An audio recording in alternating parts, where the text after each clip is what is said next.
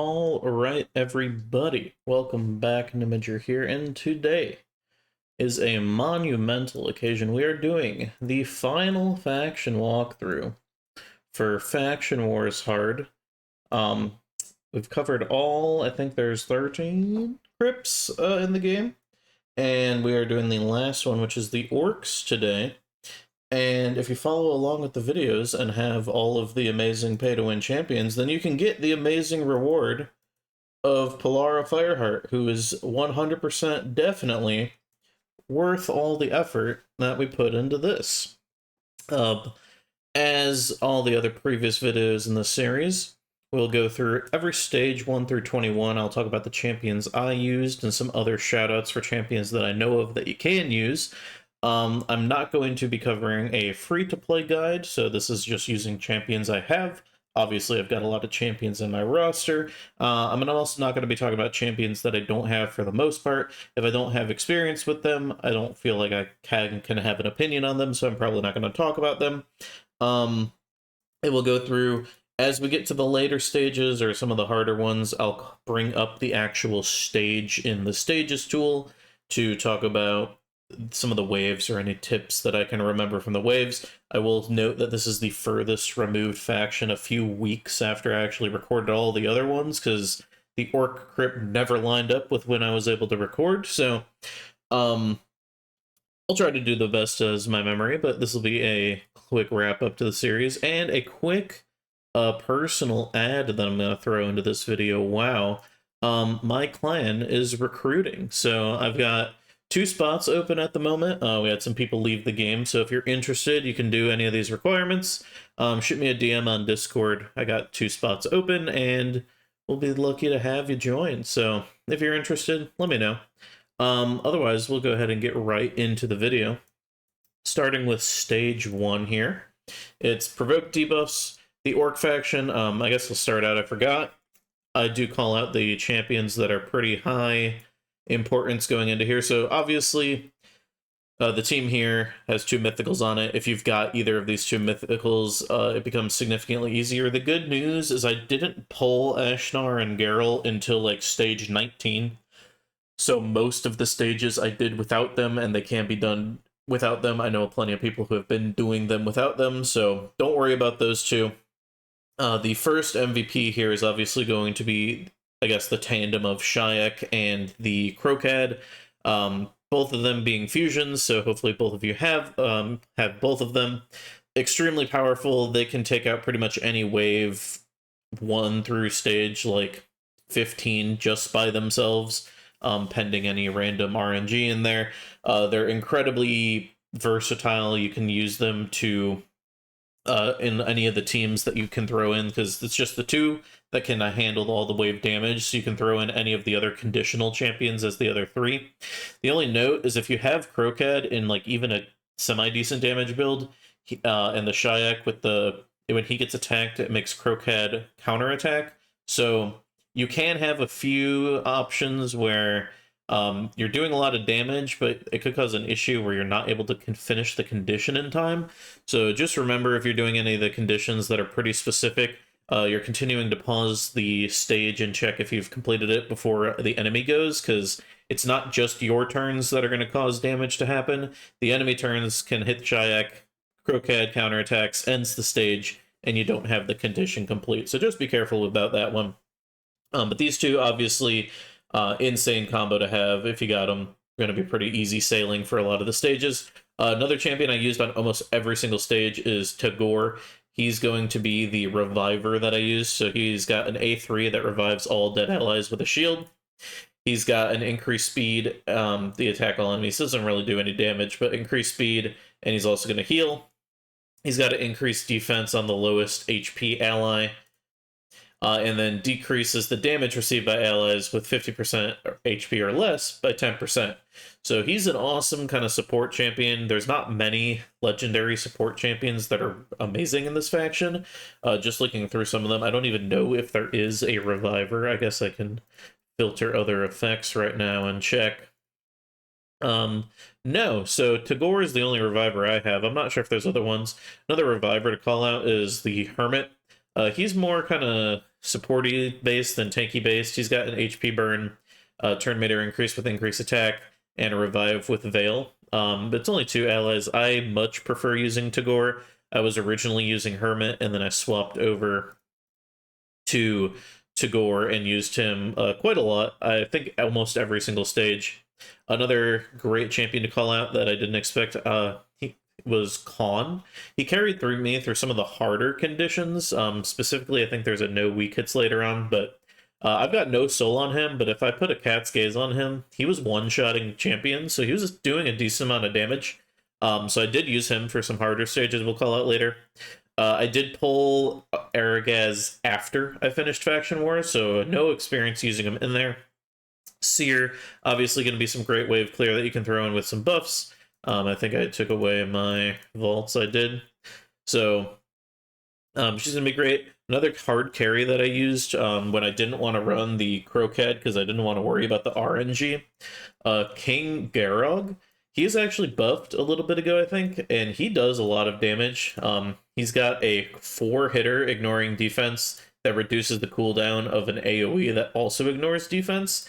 And he's got a stun on the A1, which is going to be used in a lot of the stun trials, increasing his speed and crit damage as well. So I found him to actually deal a lot of damage. Now, I do have a 5-star soul, but in PvE, the souls aren't as important for the damage, and you can just kind of boost the gear. The waves don't end up being so insanely crazy until maybe the 18 to 21 stage, where he can one-shot a lot of the enemies.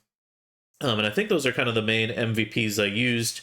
Obviously, if you got Geralt and Ashnar, throw them into the team.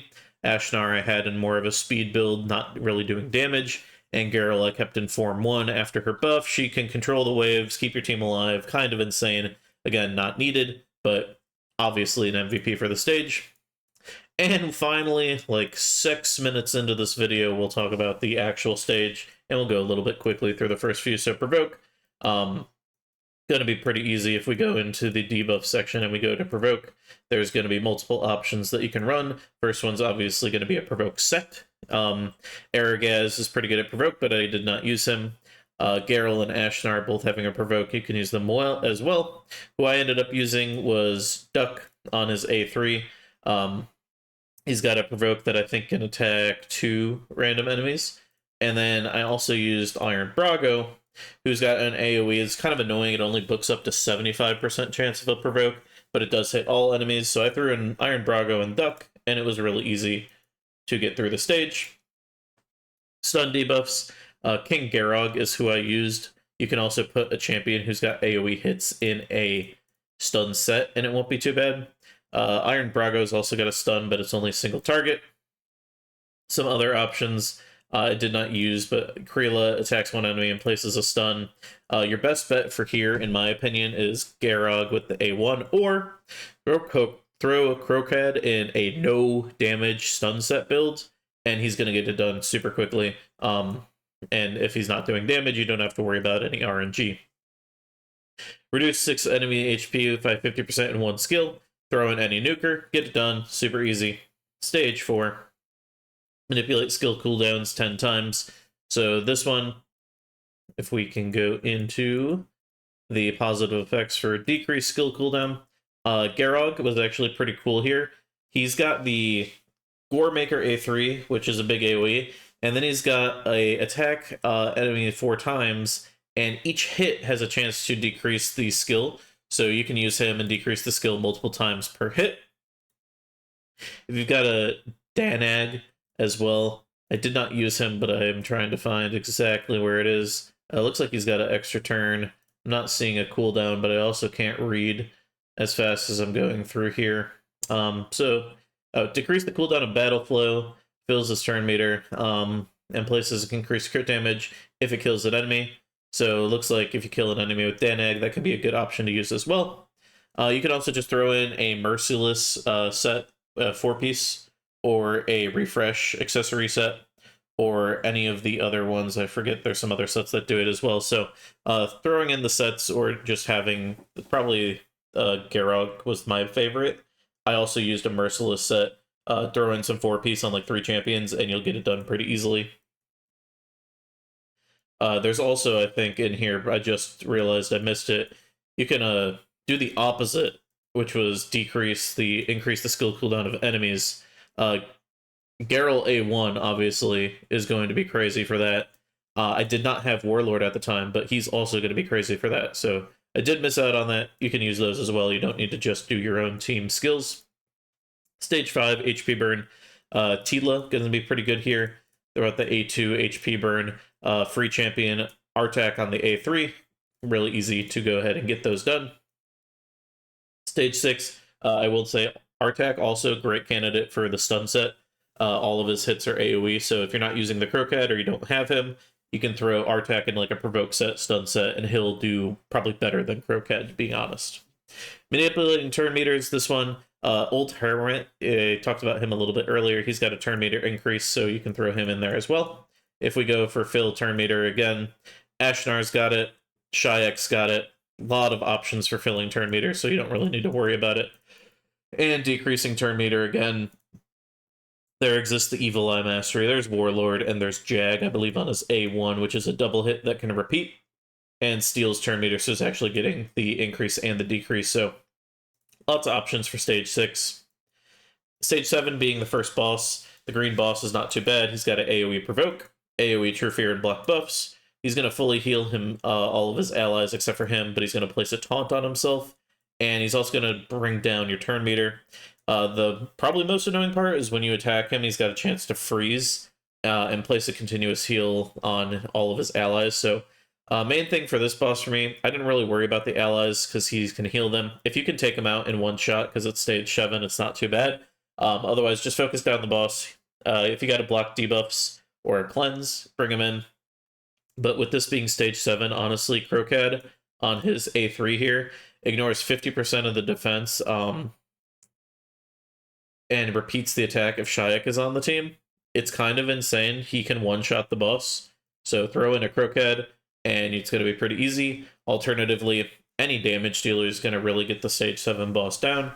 If you've got your Tagore, I recommend running him in a big bolster set. Will help keep your team alive.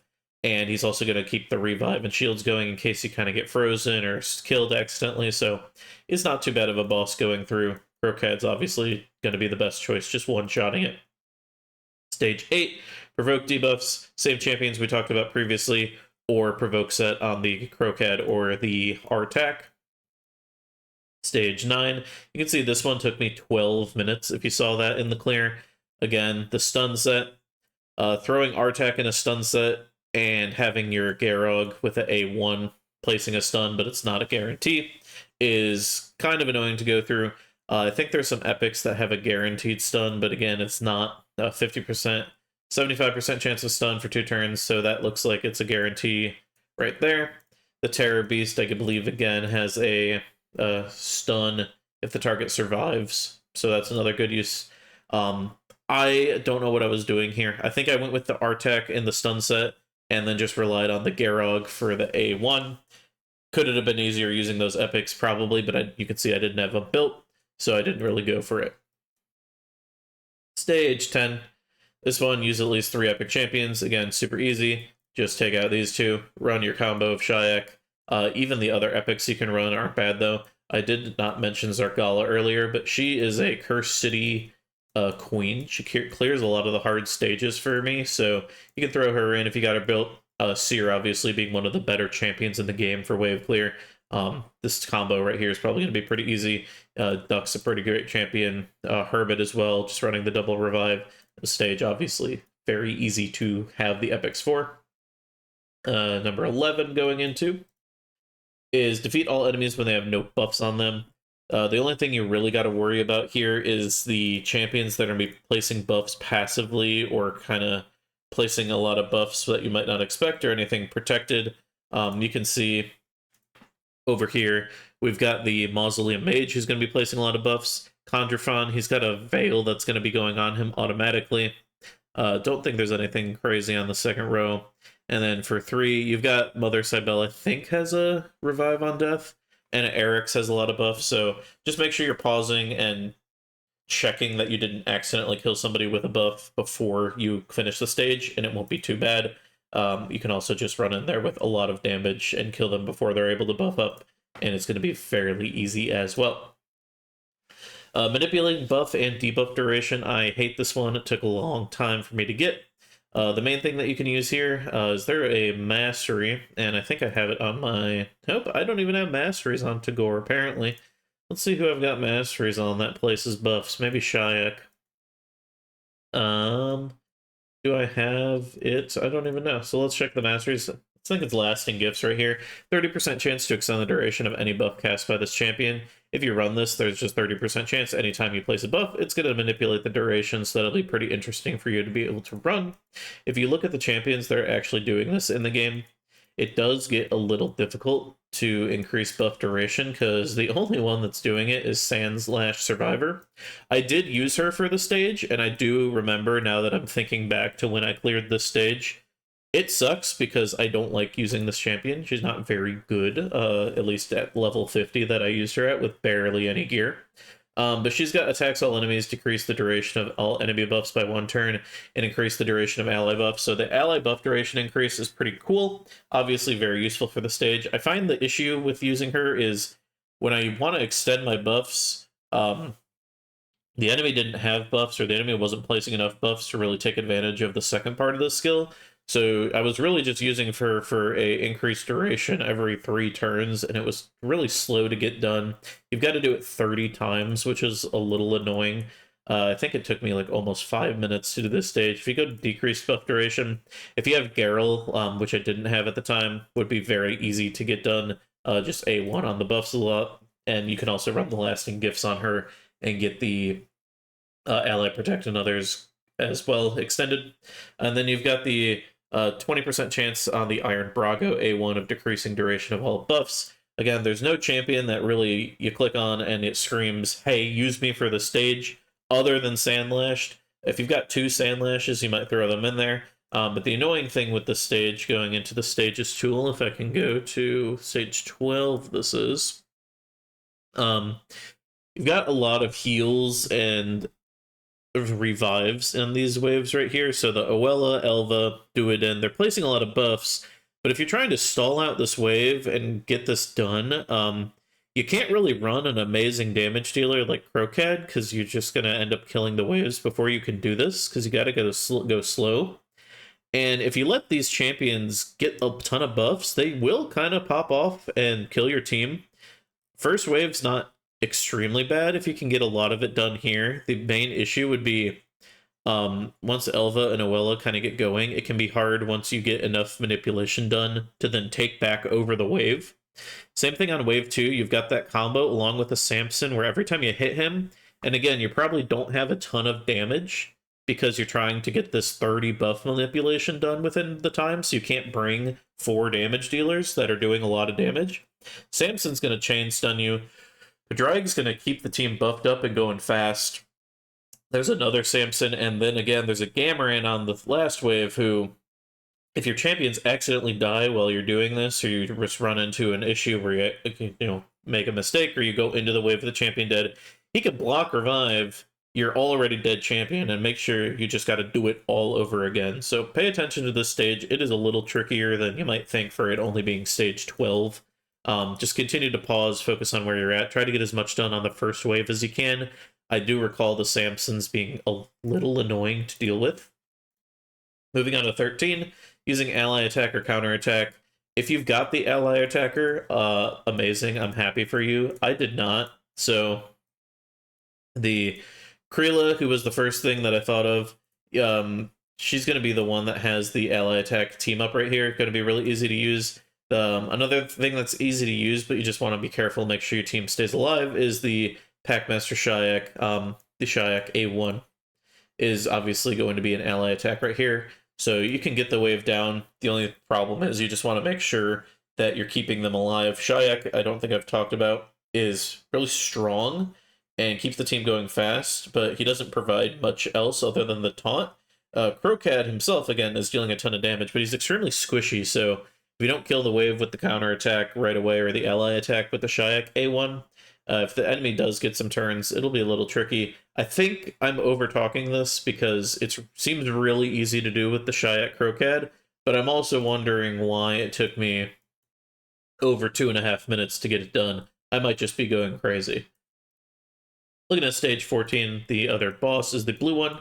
Attacks all enemies and places a true fear. So attacks your team, places a true fear. Revives all his allies with turn meter, placing berserk. Increased crit rate and crit damage. And if nobody's dead, places a block damage, or all allies are dead.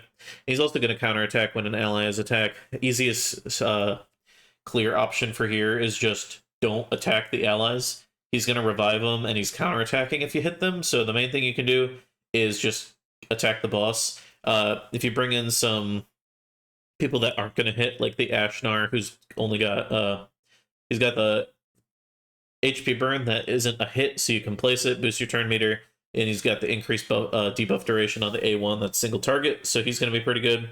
Crowcat, again, he's pretty good, but if you get into the chance where you get into the situation where you haven't used the A1 and A2, you could get counterattack quite a bit. However, if you build him in like a 6-piece merciless build, you can just go in, chomp the boss with the A3, and it's going to deal a lot of damage anyway. So I would probably bring this combo as well to Gore in a big bolster set, and then throw in maybe one more DPS and one supporting champion.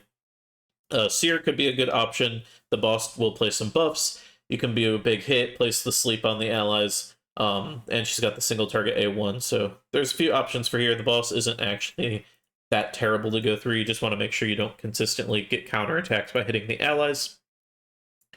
Stage 15 is beating with the stage with all the champions alive. This one is a little difficult if you're running the Crowcad team like I showed before. If we look at stage 15 right here, first wave, you can't really buff up, so opening up with like a Shayak A3, boosting your turn meter, placing some buffs on himself, you're going to get Neld, and Neld does a lot less damage than in PvP, so you don't have to worry about getting one shot, but over time it will kind of get your health down to the point where you can end up losing to the second or third wave. So you want to just make sure you're paying attention to the Nell, not boosting up or placing as many buffs and letting your team get to low health unless you're running a healer of some sort. And this isn't even the hardest wave. This is probably the easiest wave. Second wave is really annoying. It's the Jinglong Toshiro wave that I've talked about in a lot of videos. You cannot CC this wave at the start because any CC you place will be removed by Jinglong.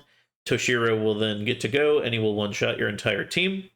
Mishinaki and Jinro are just kind of exist to deal a little bit of damage, and Kyoku is kind of annoying, keeps the team alive. However, Kyoku is also really good because she's going to block damage herself, and if you can kill all the 4 other allies on this wave, then you could just A1 Kyoku a bunch. She's got a 3-turn block damage, so you can get all of your cooldowns back up for wave 3, which you're going to need when we get there. Biggest strategy for this wave is just place a single target CC on Mishinaki, Jinro, or Kyoku. Jinglong will proc his passive and remove it, and then you can CC after, or just do a big nuke to kill the wave. If you're going into this wave like with a well-built Crowcad and you just A2, it's probably going to die in one shot anyway, but you do want to make sure if you don't have the Crowcad or don't have enough damage that you don't try to CC the full wave. You want to open it with a single target CC and then go into some full team CC afterwards.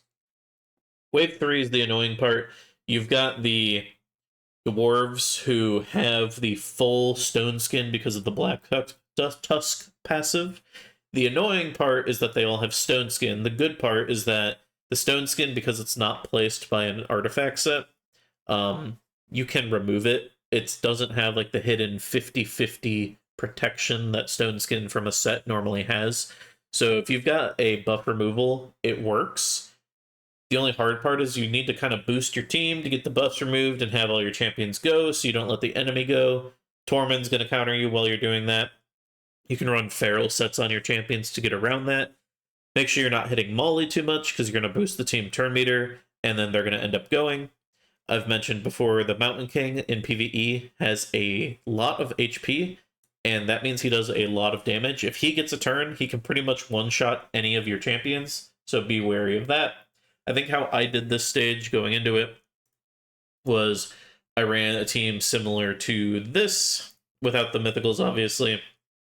And then I believe I ran a Seer and a King Garog. The team was big bolster set. Shayak goes, one-shot the wave with the Crowcad as much as I could. And then on the third wave, I used Seer, I believe, in a Feral set, so that I could get the remove of the buffs, and I just had to retry over and over and over to remove all the stone skin and free and sleep all of the enemies. So you want to make sure you have enough accuracy for that as well. And then after that, you can go into a Crocad or a Garog or any other nuker CC. But Seer is probably one of the better champions to be able to deal with this Dwarf wave or any buff removal, but Seer does the damage, removes it, and places the CC, so she's pretty good going into that wave. 16, defeat enemies before they take a turn with Crocad or any nuker. This is honestly pretty easy. You wouldn't worry about it. Just get any turn meter boost. Go. We got an 8-minute stage here. Stage 17 is don't let in any weak hits. Of course it is. Absolutely awful stage. You cannot use Crocad because he's going to be counterattacking. You kind of have to use the Tagore because you need the team alive. Shayak's a decent champion for this. A1 single target.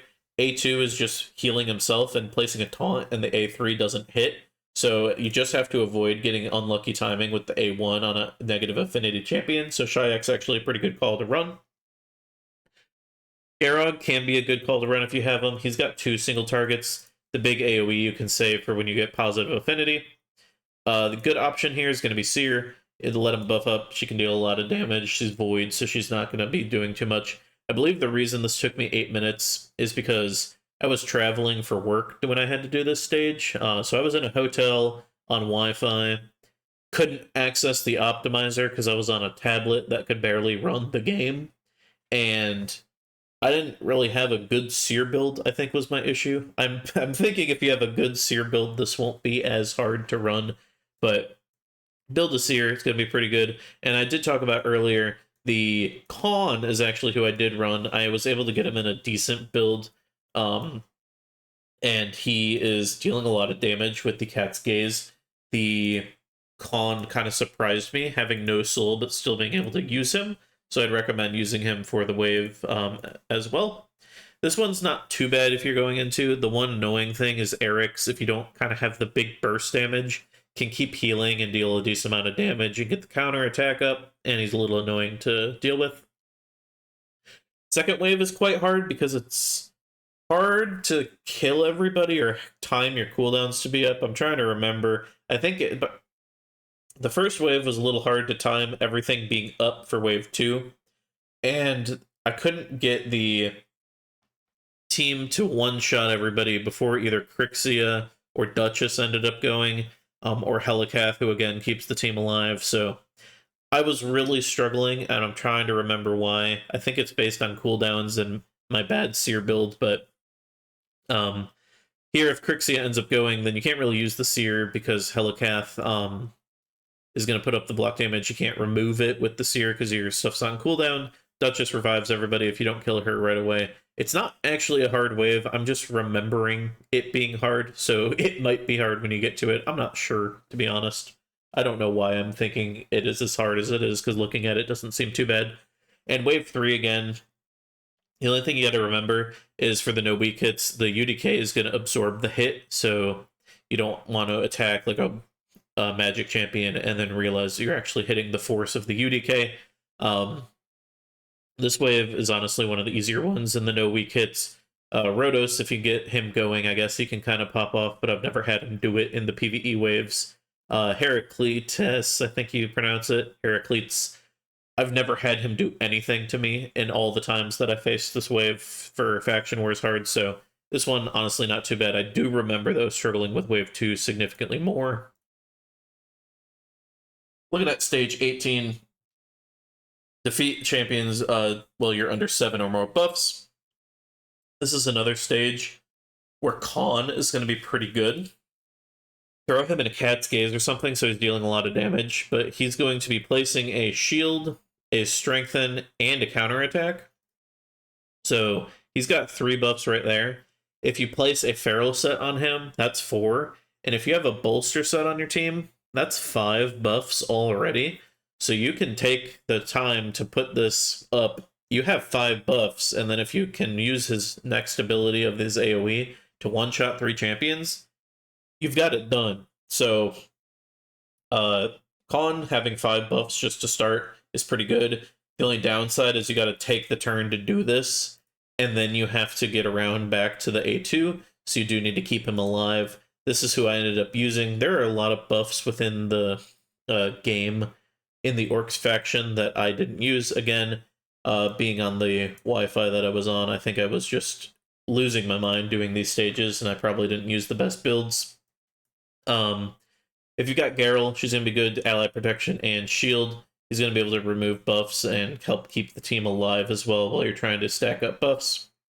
She can also place the provoke, and then place the unkillable counterattack, swap to her second form. You're probably not going to be able to proc this, honestly, in the PvE wave with the HP condition, but the champion having 3 or more debuffs condition, you might be able to. I wasn't able to proc it, so you're going to miss out on these 3 buffs, but you can, switch over after you get some buffs on her Garrel, and this A2 will deal a butt ton of damage, one-shot the wave as well. You could also stack up a Crowcat again. Biggest thing is going to be, if you have a shield set on the team, a bolster set on the team, and a feral set, you only have to worry about 4 other buffs. Tagore is going to be pretty good. He's placing a shield if you don't have it. He's got to increase speed, so that's going to be another buff that you can add to your team. Shayek's going to be a good call because he's going to have a turn meter fill, so you can place your buffs, fill your turn meter after that, and then you can get around to get the hit as quickly as you can. Another good one could be Jag. I don't really ever see him dealing a ton of damage, and I never have been able to get him to deal a ton of damage.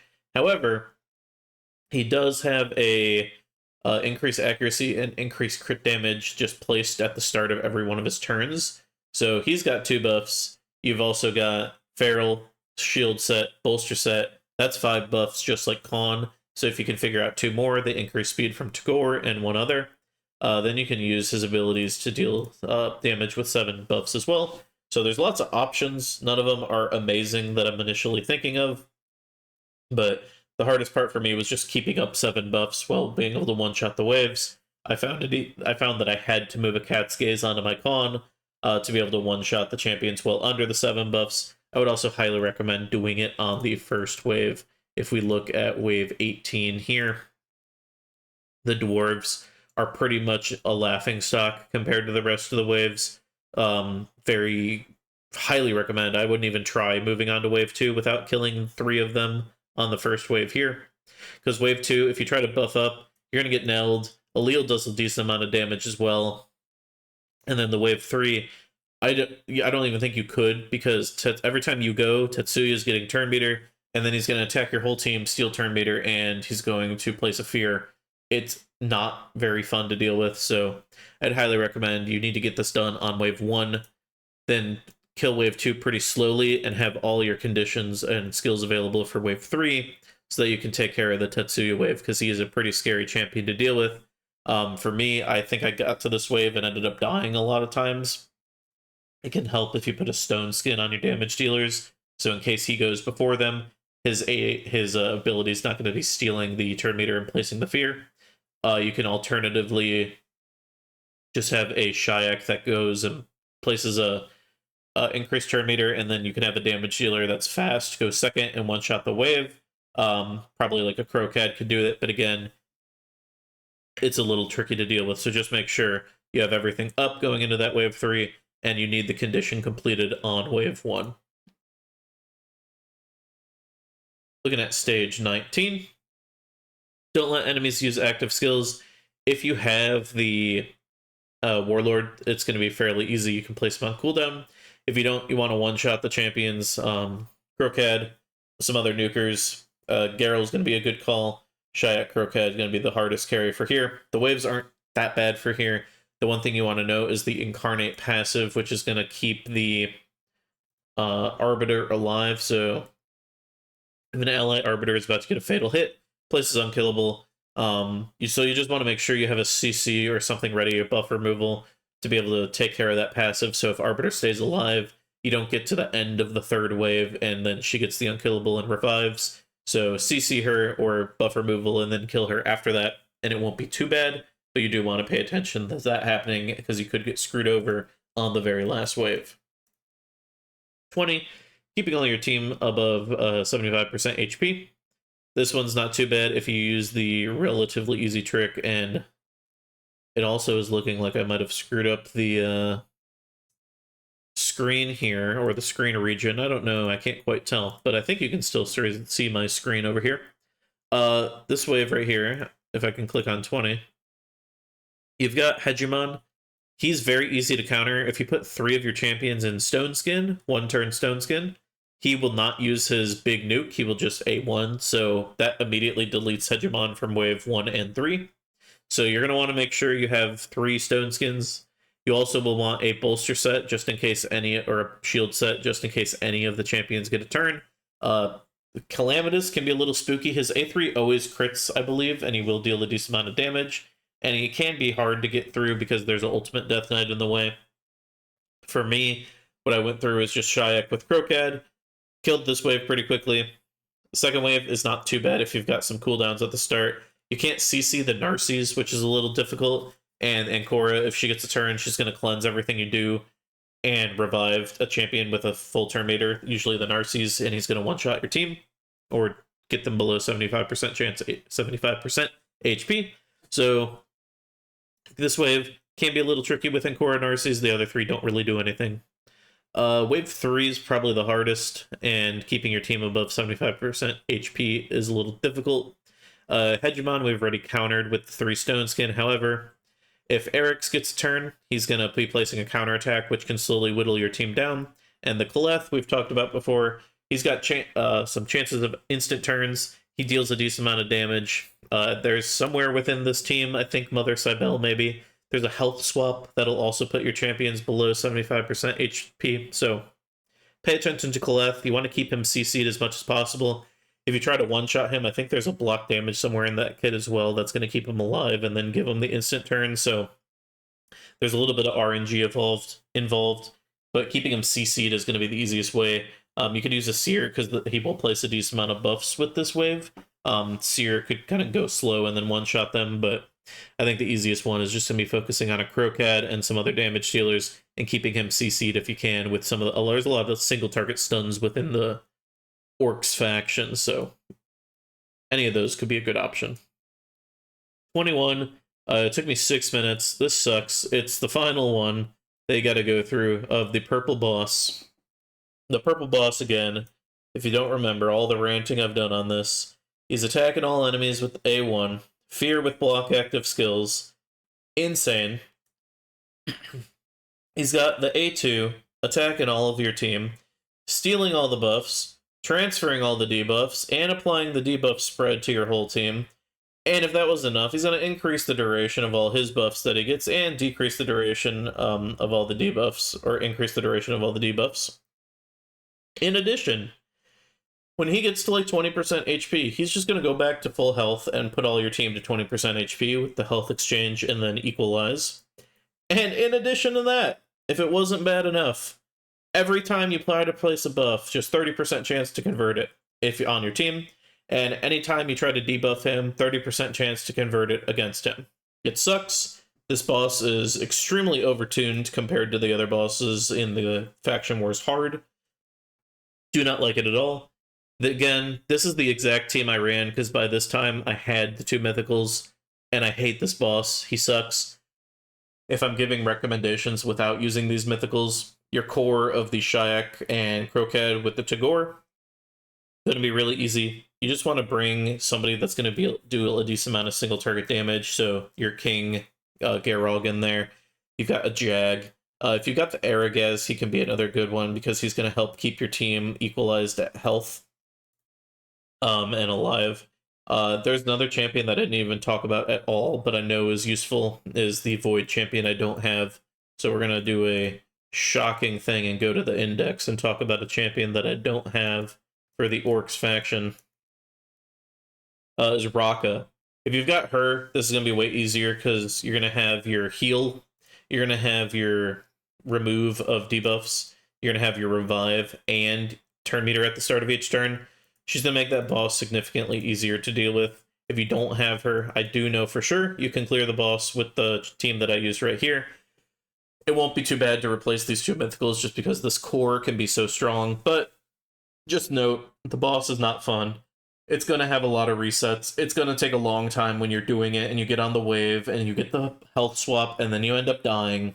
It's just not very fun to do. You don't really need to worry about the 200 turns. Again, Crocat, if you put him in a cracked build with like a Cat's Gaze, he can potentially skip the health swap phase if you can plan it enough, so you can get the boss's health down to like 30% to make him take a turn where he doesn't swap because he's not low enough. And then if you have the Crocat A3 up, he'll go in, do the double chomp, and kill the boss. So that's possible if you time it. He does a lot of damage. I just hate this boss. I hate talking about it. I hate facing it. I'm just glad that I'm not facing it in the Dark Elves faction, because that was by far the worst stage I dealt with. However, once you finish this stage, you are 21 stages closer, or 63 stars closer to getting the Polara again. I got her. I've never used her. She's not very good. I lost to her in Siege once because she's got a cool passive on the A3 on Form 2, but unfortunately she doesn't start in Form 2, so it can be a little hard to use. If I'm being honest, I've kind of exaggerated the champion's terribleness. I think she'll probably get buffed at some point and be a worthy reward, hopefully, because I use Lydia significantly more than her, and I put a lot more work into getting Polara than I did Lydia. If you enjoyed the series, feel free to leave a like, maybe subscribe. If there's other champions you used for the Orcs faction, go ahead and put them down in the comments, help some others out. If there's any waves that you found tricky that I didn't talk about, post them in the comments, see what goes on. And again, if you're interested in joining my clan, which has 2 spots open, shoot me a message. If not, otherwise, I've been Major. This has been a fantastic series. Thank you for watching. Appreciate y'all.